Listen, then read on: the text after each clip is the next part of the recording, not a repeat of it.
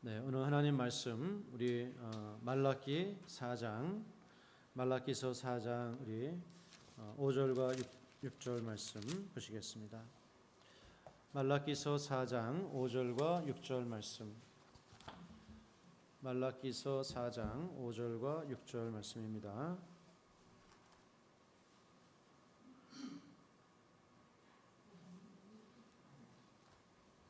말라기서 4장 5절과 6절 말씀.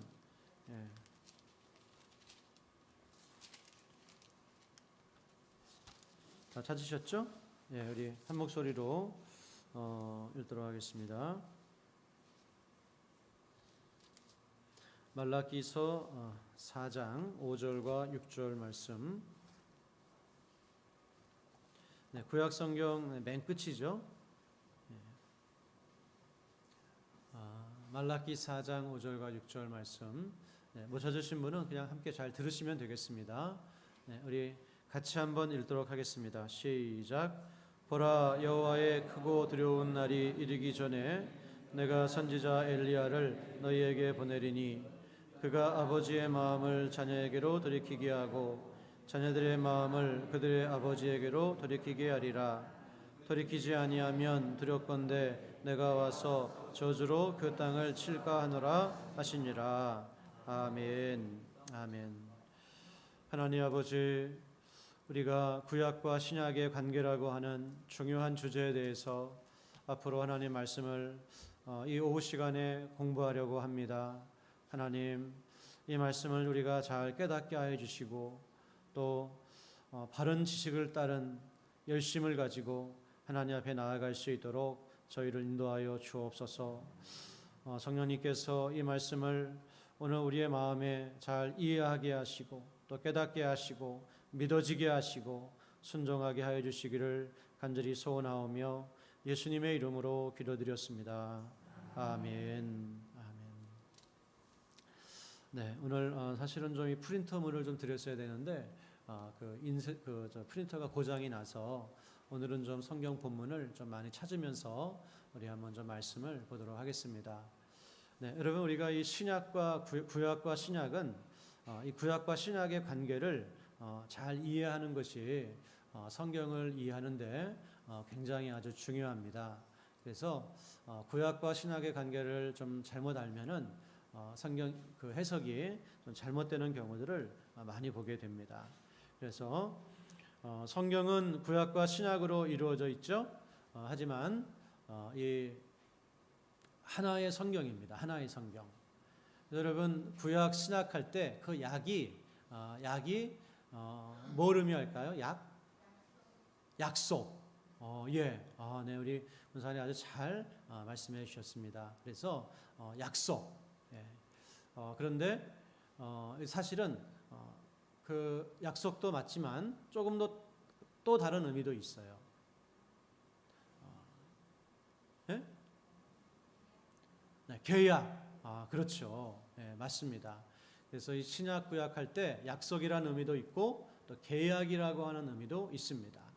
그래서 구약은 뭐예요? 옛날 계약. 신약은 새로운 계약. 이런 이제 의미로 이해할 수가 있는 거죠. 그러나 구약과 신약이 있지만 one 바이블, 하나의 성경. 그래서 성경은 두 권의 책이 아닙니다. 한 권의 책이라고 하는 거예요. 그래서 이 구약과 신약과의 관계를 잘 이해할 때 성경을 한 권의 책으로서 그렇게 이해하게 됩니다. 그래서 좀 자세한 프린터물은 제가 다음 주에 좀 나눠드리고요. 이 구약과 신약의 관계를 공부할 때 우리가 보통 한 4가지 정도 그렇게 주제를 공부하게 되는데요. 첫 번째는 오늘 우리가 잠깐 볼 내용인 약속과 성취. 구약은 약속이죠. 미래의 일들을 예언하셔서 이렇게 앞으로 이런 일들이 이루어질 것이다 하는 것을 인류의 구원의 길이 이렇게 열려지게 될 것이다. 막혀 있었던 하나님과의 관계가 온 세계에 이렇게 열려지게 될 것이다 라고 하는 약속들이고, 신약은 그것의 성취입니다. 성취. 그리고 두 번째로 이 구약과 신약은 언약으로 이해할 수 있습니다. 언약. 약속과 성취라고 그랬는데 언약이란 말이 또 나오죠. 그래서 이 언약이라고 하는 말은 계약이라고 하는 말이에요. 계약. 하나님과 우리 사이는 어떤 관계죠? 계약 관계입니다. 이 계약 관계. 그래서 이 계약이 어떤 식으로 발전해져 왔나? 구약에서 그리고 신약에서 여러분 지금 우리는 무슨 백성들이죠? 새 언약의 백성들이죠. 새 언약의 백성들이에요. 그런데 신약 성경을 보게 되면 새 언약이란 말이 굉장히 많이 나와요. 지금 하나님과 예수님과 우리 사이는 어떤 관계예요? 새 언약, 새 계약으로 맺어져 있는 이런 이제 관계라고 하는 거죠. 또 이제 그렇게 언약으로 이해해 볼 수도 있고, 또 이제 모형론이라고 하는, 모형이라고 하는 그런 것으로 또 구약과 신약의 관계를 이해할 수도 있습니다. 그래서 여러분 모형은 뭐죠? 모델하우스. 구약은 뭐예요? 하나의 모형이었다고 하는 거예요. 모델하우스. 그래서 모델하우스는 지금 보니까 뜯고 있더라고요. 모델하우스는 앞으로 진짜 집이 지어지면 어떻게 된다는 거예요? 이런 모습으로 나온다라고 하는 것을 보여주는 거죠. 구약이 우리에게 그렇다는 거예요. 그래서 구약의 그 유월절 사건, 이 모델하우스라는 거예요. 모형. 진짜 우리에게 일어날 일에 대한 모형. 그리고 또 성막과 거기에서 드려지던 수많은 제사들, 제사장 직분들, 이게 뭐예요? 다 하나의 모형들이었어요. 그리고 실제 진짜는 예수님을 통해서 다 이루어지고 성취가 되고 완성이 된 것이죠. 또 이런 어떤 부분에 대해서 지금 뭐뭐 했죠? 프린터가 없으니까 좀 많이 좀 헷갈리실 텐데, 약속과 성취, 그 다음에 언약, 그리고 모형, 그 다음에 신약과 구약을 하나로 이해하기 위해서는 우리가 하나님 나라가 뭔지를 올바로 이해할 때, 여러분 하나님 나라는 어디서 시작이 됐죠? 에덴 동산에서부터 시작이 됐죠. 그리고 그 나라는 새 하늘과 새 땅에서 완성이 되는, 이런 하나님 나라가 어떻게 하나님의 그 경륜 가운데 시작이 되고 완성이 되는가 하는 것을 보면은 이 구약과 신약이 한 권의 책이구나 하는 것을 또 이해하게 됩니다. 그래서 앞으로 이런 부분에 대해서 간단하게 좀 말씀을 볼 텐데요. 오늘은 간단하게 이 구약의 맨 마지막 권을 읽었는데, 이 구약의 여러분 맨 마지막 말씀이 어떤 말씀입니까? 5절 말씀에 보라 여호와의 크고 두려운 날이 이르기 전에, 여호와의 크고 두려운 날이 이른다. 이거는 구약의 선지자들이 계속해서 예언을 했죠. 무슨 날이라고요? 여호와의 날이 올 것이다.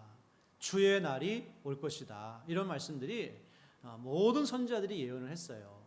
그런데 이 여호와의 날이 어떤 날인가? 여러 번 말씀을 드려서 이제 좀 기억하시는 분도 있고 그러실 텐데요. 심판과 구원의 날이다. 그렇죠? 정말 하나님께서 악인들은 심판하시고, 그리고 회개하는 의인들은 구원하시는, 이런 구원과 심판의 날이 여호와의 날인데, 이 날이 곧 올 것이다. 그런데 이 날이 오기 전에 하나님께서 하시는 일이 있어요. 그게 뭐라고요? 누구를 보내주신다고요? 예, 그렇죠. 선지자 엘리야를 너희에게 보내리니. 이 여호와의 날이라고 하는 엄청나게 중요한 날이 올 것인데, 이 날이 오기 전에 먼저 누구를 보내주세요? 엘리야를 보내주신다. 네, 진짜 엘리야가 오는 건 아니죠. 그렇죠. 죽었던 사람이 다시 오고, 물론 엘리야는 죽지 않고 승천을 했습니다. 하지만 다시 그렇게 하나님 나라 같은 사람이 오고 그런 일은 없어요, 성경에. 그러면 이 사람은 누구겠어요? 엘리야와 같은 역할을 하는 사람이 올 것이다. 엘리야와 같은 사명을 가진 선지자가 올 것이다. 이런 말씀이죠. 그래서 이 엘리야가 어떤 일을 합니까? 아버지의 마음을 자녀에게로 돌이키게 하고 자녀들의 마음을 그들의 아버지에게로 돌이키게 하리라. 돌이키지 아니하면 두렵건대 내가 와서 저주로 그 땅을 칠까 하노라 하시니라. 바로 마음을 돌이키게 하는, 자녀들의 마음을 아버지께로, 아버지의 마음을 자녀들에게로, 아버지의 마음이 자녀들에게로 돌이키는 것은 어떻게 돌이켜지죠? 진심으로 회개할 때 돌이켜 주시죠.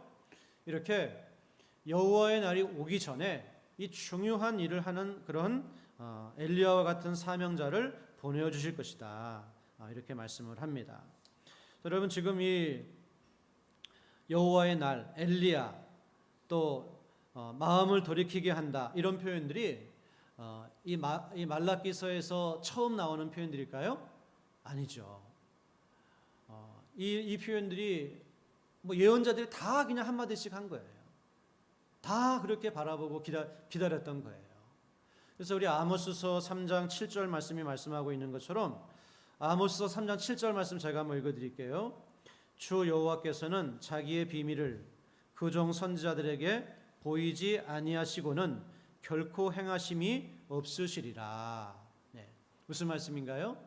하나님은 그냥 어느 날 뜬금없이 갑자기 전혀 말씀 안 하시고 사람들에게 준비도 안 시켜주시고 소망도 안 갖게 해주시고 갑자기 그냥 어떤 일을 그렇게 하시지 않는다는 거예요.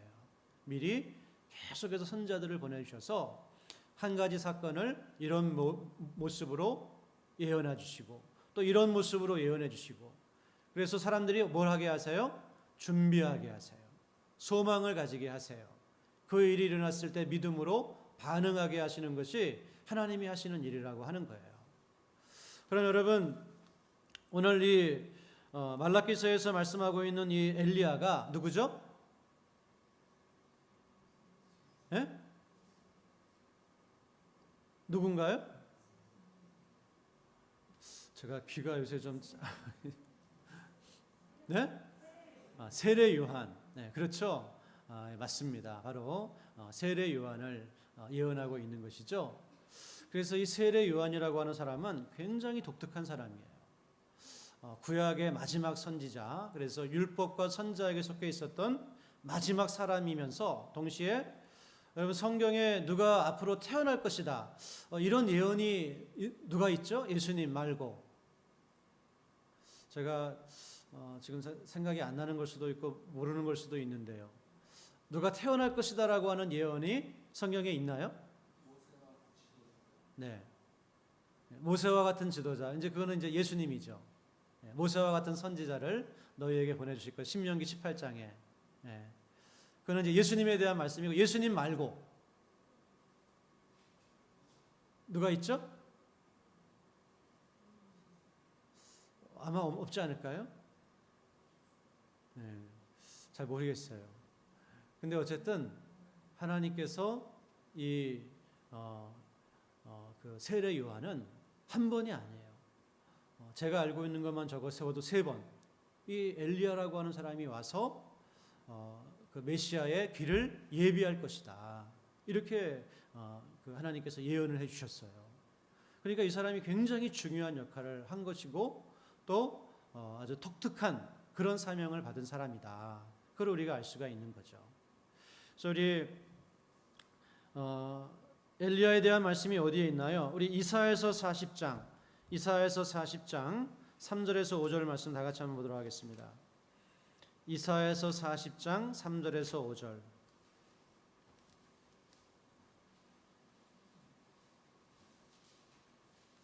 이사야서 40장 3절에서 5절 말씀.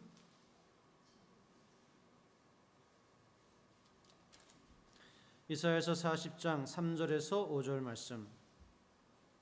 구약성경 1014페이지 정도 됩니다. 이사야서 40장 3절에서 5절 말씀. 시작.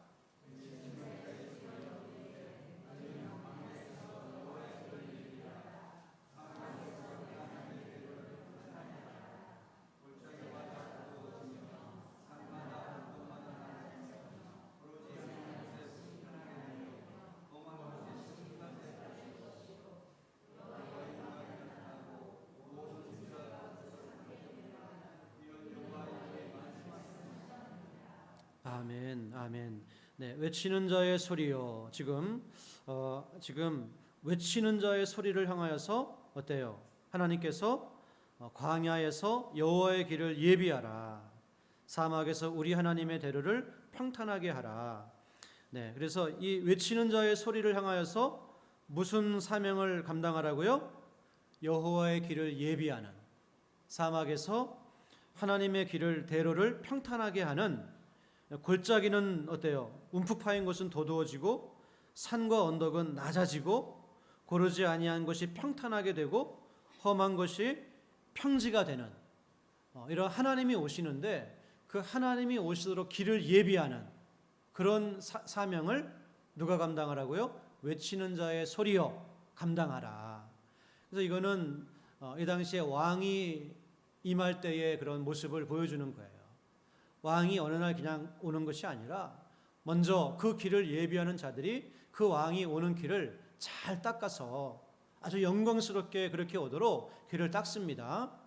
그래서 이제 앞으로 누가 오시는 거예요? 여호와의 영광이 나타나고 5절 말씀에 하나님이 오신다는 거예요. 쉽게 말하면. 그리고 모든 육체가 그것을 보리라. 하나님이 오시는데 사람들이 그걸 본다는 거예요. 그것을 위해서 외치는 자의 소리가 준비하라 길을. 그럼 여기서 이 외치는 자의 소리가 누구죠? 마태복음 3장 3절 말씀. 마태복음 3장 3절 말씀.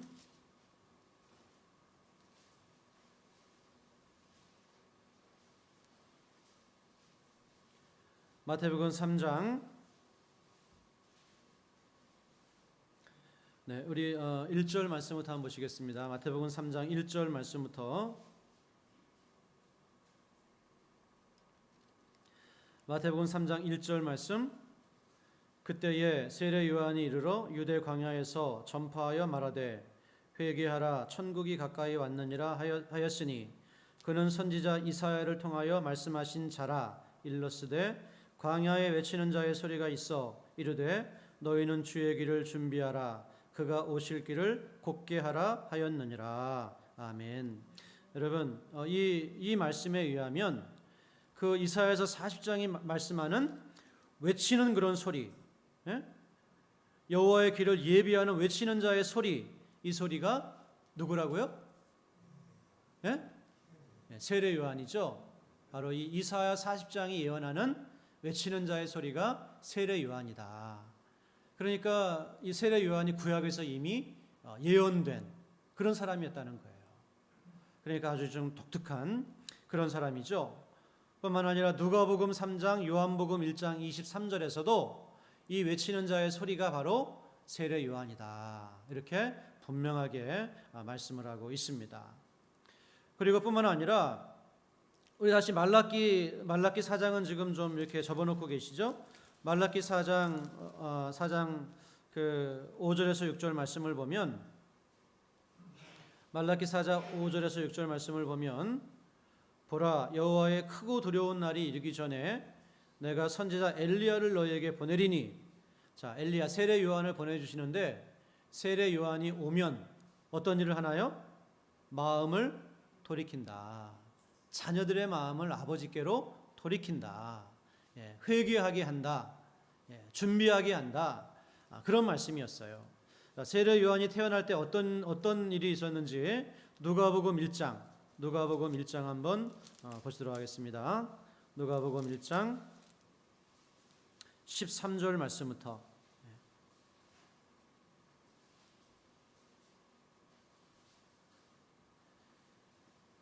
네, 누가복음 1장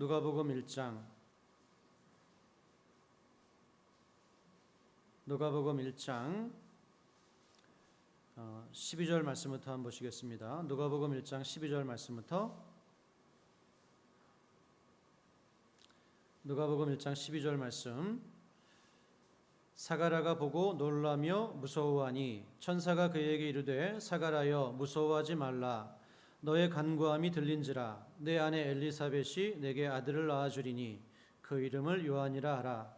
너도 기뻐하고 즐거워할 것이요 많은 사람도 그의 태어남을 기뻐하리니 이는 그가 주 앞에 큰 자가 되며 포도주나 독한 술을 마시지 아니하며 모태로부터 성령의 충만함을 받아 이스라엘 자손을 곧 그들의 하나님께로 많이 돌아오게 하겠습니다. 17절 말씀 같이 읽겠습니다. 시작.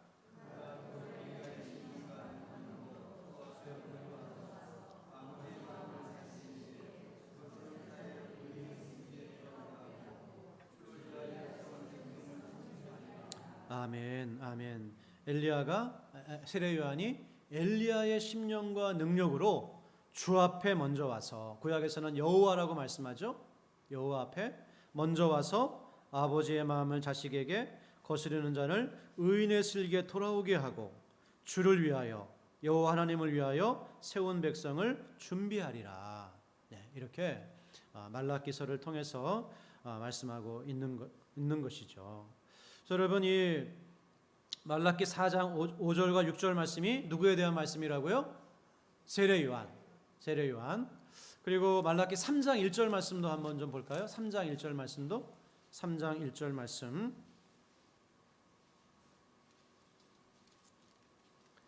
말라기 3장 1절 말씀.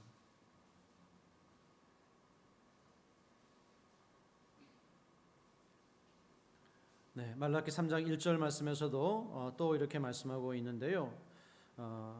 만군의 여호와가 이르노라, 보라 내가 내 사자를 보내리니 그가 내 앞에서 길을 준비할 것이요. 이게 누가 아까 했던 일이죠? 외치는 자의 소리가 세례 요한이 했던 그런 일입니다. 그래서 하나님께서 사자를 보내시는데 그가 하나님 앞에서 길을 준비한다는 거예요. 그리고 또 너희가 구하는 바 주가 갑자기 그의 성전에 임하시리니, 너희가 구하는 바 주는 누구죠?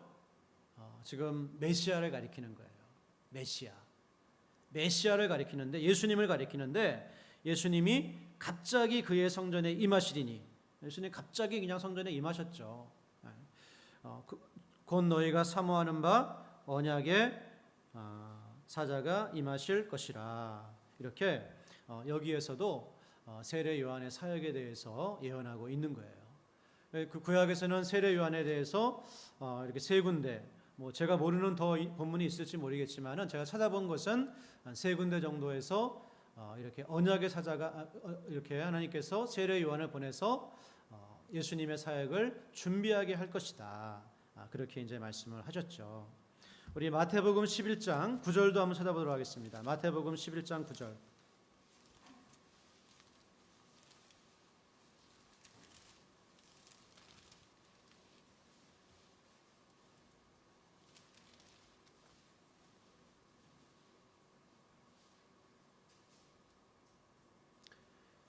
자, 마태복음 11장 9절 말씀, 다 같이 한번 읽겠습니다. 시작. 그러면 너희가 어찌하여 나갔더냐? 선자를 보기 위함이었더냐? 옳다. 내가 너희에게 이르노니 선자보다 더 나은 자니라. 기록된 바, 보라 내가 내 사자를 내 앞에 보내노니 그가 내 길을 내 앞에 준비하리라 하신 것이 이 사람에 대한 말씀이니라. 아멘. 여러분, 보라 내가 내 사자를 내 앞에 보내노니 그가 내 길을 내 앞에 준비하리라. 이 말씀 우리가 어디서 읽었죠? 방금 말라기 3장 1절 말씀에서 읽었죠? 인칭만 조금 포함만 바꿔서 그 말씀을 인용을 하고 있어요. 그래서 말라기 3장 1절에서 말씀한 그 하나님이 보내신 사자가 누구라고요? 세례 요한이다. 그래서 세례 요한은 이 사역을 잘 감당을 한 것이죠. 또 마태복음 17장 10절 말씀부터 한번 보시겠습니다. 10절 말씀부터. 마태복음 17장 10절로 13절 말씀. 마태복음 17장 10절로 13절 말씀. 제자들이 물어 이르되 그러면 어찌하여 서기관들이 엘리야가 먼저 와야 하리라 하나이까? 예수께서 대답하여 이르시되 엘리야가 과연 먼저 와서 모든 일을 회복하리라. 내가 너희에게 말하노니 엘리야가 이미 왔으되 사람들이 알지 못하고 임의로 대우하였도다. 인자도 이와 같이 그들에게 고난을 받으리라 하시니 그제서야 제자들이 예수께서 말씀하신 것이 누구라고요? 세례 요한인 줄을 깨달으니라.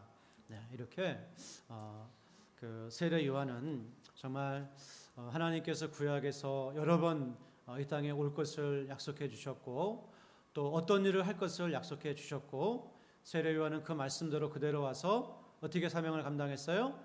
죽기까지 충성된 모습으로 그렇게 사명을 감당하다가 이제 이제 순교를 한 거죠. 그래서 예수님께서 사람들에게 엘리야가 온 것을 모르고 임의로 대우하였다. 함부로 대우하였다. 이렇게 말씀을 하시고 있습니다. 이처럼 구약의 맨 끝이 어떻게 끝나는가? 바로 세례 요한과 예수님이 올 것을, 어떤 사역을 하실 것을 예언하는 것으로 끝나고 있습니다. 그럼 여러분, 신약의 첫 권은 어떤 책일까요? 신약의 첫 권. 네. 질문에 뭔가 좀 함정이 있는 것 같죠? 다시 질문을 드리면 마태, 마가, 누가, 요한복음 중에서 어떤 성경이 제일 먼저 쓰여졌을까요? 네?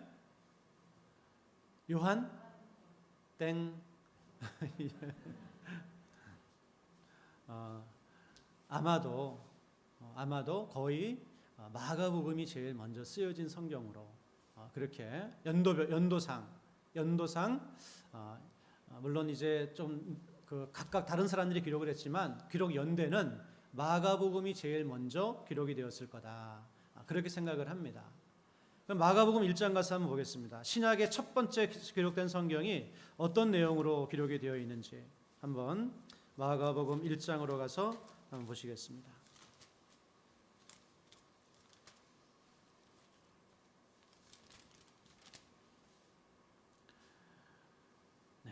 자, 우리 마가복음 1장 읽기 전에 먼저 말라기 4장 5절 6절 읽고 그리고 마가복음 1장으로 한번 읽어볼게요. 말라기 4장 5절 6절 말씀, 5절 6절 말씀, 말라기 4장 5절 6절 말씀 읽고 마가복음 1장으로 가서 한번 읽겠습니다. 예, 말라기 4장 5절 6절 시작.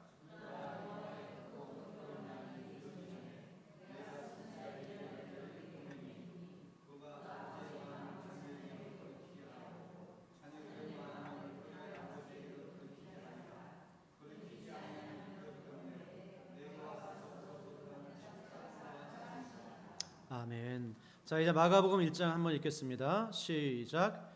하나님의 아들 예수 그리스도의 복음의 시작이라. 선지자 이사야의 글에 보라, 내가 내 사자를 내 앞에 보내노니 그가 내 길을 준비하리라. 광야에 외치는 자의 소리가 있어 이르되 너희는 주의 길을 준비하라. 그의 오실 길을 곧게 하라. 기록된 것과 같이 세례 요한이 광야에 이르러 죄 사함을 받게 하는 그에게 세례를 전파하니. 네, 아멘. 네, 거기까지 읽겠습니다. 바로 신약의 가장 첫 번째 기록된 글이 바로 구약의 말라기서에서 기록된 글에 이어서 그 말라기서의 예언이 이렇게 성취되고 있다. 세례 요한을 통해서 성취되고 있다. 이렇게 말씀하고 있는 거예요. 여러분, 이 구약과 신약은 어떤 관계라고요? 약속과 성취의 그러한 관계이다라고 하는 겁니다. 그래서 우리가 지금 읽은 말씀은 구약의 수많은 약속들의 지극히 일부분만을 읽은 것이죠. 사실은 창세기 3장서부터 여인의 후손을 보내주겠다고 하는 그 말씀부터 약속이었어요. 그리고 또 얼마나 많은 그런 약속들이 있습니까? 아까 우리 장로님 말씀하신 것처럼 신명기 18장 18절 말씀을 보게 되면 하나님께서 모세에게 내가 내 형제 중에 너와 같은 선지자 하나를 일으키리니 너희는 그의 말을 들을지어다. 모세와 같은 선지자. 그래서 그냥 평범한 선지자가 아니라 모세와 같은 선지자를 일으켜 주신다는 거예요. 그래서 모세는 어떤 선지자였습니까? 이 사람은 일종의 제사장 역할을 했어요. 하나님 제사장 역할을 했어요. 그래서 단순히 하나님의 말씀을 전한 것이 아니라 하나님과 백성 사이를 중보하는 그런 역할을 했어요. 그래서 시내산에서 하나님과 백성 사이에 모세가 서서 그 사이를 중보하는 그런 역할을 하는 선지자였어요. 단순히 어떤 그냥 가르쳐주고 알려주는 그런 선지자 정도가 아니라 이처럼 모세와 같은 하나님과 우리 사이를 중보해 주시는 그러한 선지자를, 이제 진짜 선지자를, 모세가 모형으로 보여주고 있는 선지자를 보내주실 것인데 너희는 반드시 그의 말을 들을지어다. 그 예수님 말을 들으라고 하는 거예요. 이것도 하나의 약속이죠. 그리고 또 보게 되면 다니엘서를 보게 되면 인자 같은 이가 하늘 구름을 타고 와서 하나님 보좌에 앉으시는 그런 또 말씀도 있고, 호세아서 3장에 보게 되면 이번에 누구를 보내주신다 그래요? 다윗을 보내주신대요. 다윗은 이제 언제적 사람이에요? 이미 벌써 한참 전의 사람이에요. 근데 다윗을 보내주신다는 거예요. 이 다윗은 누구죠? 다윗과 같은 왕을 보내주신다, 그런 말씀이에요. 그런데 다윗의 후손으로 예수님께서 오셔서 이 말씀도 다 성취하셨습니다. 그래서 학자들마다 이게 조금씩 다를 수밖에 없지만은 수백 가지의 그런 약속이 구약에 이렇게 담겨져 있는데, 그 수백 가지의 약속이 어때요? 예를 들어 200가지라고 한다면 199가지가 이루어졌을까요? 아니죠. 200가지 다. 여러분, 하나님의 말씀은 100가지 약속을 했는데 99개가 맞고 하나가 틀리면 하나님 말씀입니까? 물론 그 하나가 우리가 뭔가 모르는 뭔가가 있겠죠. 하지만 하나님 말씀은 100가지 약속하셨으면 100가지가 다 이루어지는 것이 하나님 말씀이에요. 나중에 그건 조금 아니다 이렇게 이야기하면 안 되는 거예요. 그런데 예수님에 대한 그 수많은 그런 약속들이 바로 예수님을 통해서 그대로 이루어지는, 그래서 우리가 이 성경을 믿을 수밖에 없는 거예요. 신뢰할 수밖에 없는 거예요. 이렇게 말씀하신 대로 다 이루는 말씀을 우리가 가지고 있고 또 이 말씀을 믿고 있는 거예요. 그래서 우리의 믿음이 얼마나 안 믿는 것이 이상하죠. 우리의 믿음이 얼마나 귀하고 또 당위성이 있는 그런 믿음인지 모릅니다. 그래서 여러분, 이처럼 구약은 하나님의 약속이고 신약은 하나님의 약속의 성취의 측면이 있는 것이 바로 이 구약과 신약이고, 마가복음 말라기서 맨 끝 말씀이 신약 성경의 가장 첫 번째 기록된 말씀의 처음 말씀으로 이어지는 것처럼 성경은 어떤 책이라고요? 한 권의 책이다. 두 권의 책이 아니라 한 권의 책으로 이루어져 있는 하나님의 말씀이다. 이러한 부분을 우리가 잘 알고 더욱더 하나님의 말씀을 사랑하고 가까이 할 수 있기를 주님의 이름으로 간절히 축원합니다. 하나님 아버지, 오늘 하나님의 말씀을 우리가 배웠습니다. 잘 기억하게 하시고 또 깨닫게 하시고 더욱더 하나님의 말씀을 사랑하고 사모하고 즐거워할 수 있는 우리의 믿음이 되게 하여 주옵소서. 이 시대에 하나님의 말씀을 혼탁하게 하고 또 왜곡하는 얼마나 많은 그런 정말 광명의 천사의 모습을 한 어둠의 세력들이 있습니까? 이 어두운 시대에 더욱더 주의 말씀으로 무장하게 하시고 하나님의 나에게 주신 믿음과 또 교회를 지켜나갈 수 있는 우리 모두가 되게 하여 주옵소서. 이 말씀이 한 주 동안도 우리 모두의 삶 가운데 살아서 역사하는 아버지의 말씀이 되게 하여 주옵소서. 모든 것 감사드리며 예수님의 이름으로 기도드렸습니다. 아멘.